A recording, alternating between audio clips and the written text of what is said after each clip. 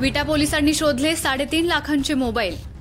विटा पोलीस ठाणे हद्दीतील गर्दीच्या ठिकाणाहून नागरिकांचे गहाळ झालेले एकूण 22 मोबाईलचा राज्यातील विविध जिल्ह्यातून एकूण सुमारे 3.5 लाख रुपये किमतीच्या मोबाईल हँडसेटचा शोध घेऊन त्यांच्या मूळ मालकांना परत केले असल्याची माहिती पोलीस निरीक्षक शरद मेमाने यांनी दिली। विटा शहर हे सांगली जिल्ह्यातील व्यापाराच्या दृष्टीने महत्त्वाचं केंद्र आहे। त्यामुळे आजूबाजूच्या गावांमधून दररोज नोकरी, शिक्षण तसेच बाजारामध्ये नागरिक येत असतात। त्यावेळी प्रवास, बाजारपेठ, बसस्थानक अशा गर्दीच्या ठिकाणी मोबाईल गहाळ होण्याचं प्रमाण वाढलं होतं। विटा पोलीस ठाणे हद्दीत गर्दीच्या ठिकाणाहून नागरिकांचे मोबाईल गहाळ झाल्याबाबत तक्रारी विटा पोलिसात दाखल झाल्या होत्या। त्यानुसार पोलीस निरीक्षक शरद मेमाने यांनी गुन्हे प्रकटीकरण पथकास तपासाचे आदेश दिले होते।